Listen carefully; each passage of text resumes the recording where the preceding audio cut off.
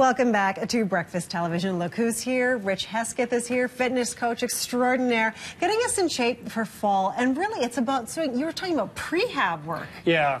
Well, in this transition of being outside and then having to come inside and doing work inside, I wanted to address a little bit of corrective work. Okay. Now, what corrective means is doing things properly so that you don't have to go into rehab. Right. You do prehabilitative work or prehab so that you don't get hurt, or at least reduce the chance of getting hurt. So we include the strengthening of your quads, strengthening of glutes, strengthening of hamstrings and ankles. Right. And that's for the lower body. Anyways, Sure. There's an upper body one as well, but I thought we'd focus just on lower body today. Sure. Okay, well, let's see. What are you suggesting? Yeah. Well, the first thing I'd like everyone to do if they have the opportunities, if they're standing, I want you to stand comfortably in a stance that you would feel like I can squat down or sit into a chair. Then what I'd like you to do is think about dialing your feet into the floor. So feel like you're turning your feet out without turning your feet. So create tension, and your kneecaps should kind of turn out towards your baby toes.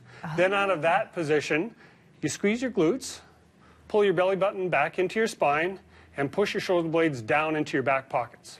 So you're down in this stance. Now, if you're in that stance, you're solidly connected to the ground. And I'm wearing 4-inch heels, and you tried to push me over. Yeah, and there's no movement. So being connected to the ground is how you start everything. Okay. Athletes get this really easily. Recreational athletes get this, and it's just something you start first, and then you add into your exercises. So if we're going to do squats, and even just with your hands out here, squat straight down, the knees are still open, and you're upright. Okay. So we're going up and down. If you want to add weight to it as a secondary or more load, then you hold on to a dumbbell like a goblet. Okay.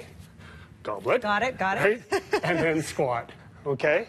But you're trying to keep yourself as upright as can, like you're sitting down onto a chair, opening your knees up so you can be a little more upright. Okay. So that's more for the quadriceps. Okay. If you want to get into the glutes, you do a single leg support exercise. Okay, what does that look like? So the second one would be, again, with the dumbbell or without, in a split position here, with your lower leg not moving forward, you want to come straight down.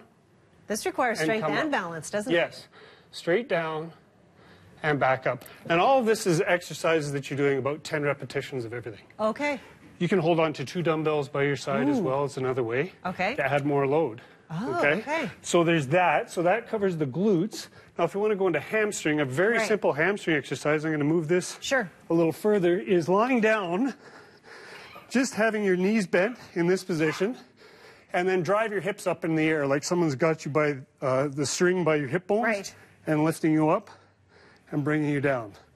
Lifting you up and bring you down. And when you pull your toes up this way, you're going to use your hamstrings more. Oh, okay. Okay, so if you go here, you're not going to feel it as much. Right. So lift up. Go on an unstable surface, and you're going to use hamstrings more. If you don't have very strong hamstrings, don't go on an unstable surface. Oh, okay. Start easy. Right. So we go hamstrings, and then once we've done quad, glute, hamstring, then we grab one of these little guys, and you work on your balance. Okay. And I'm going to try not to fall over.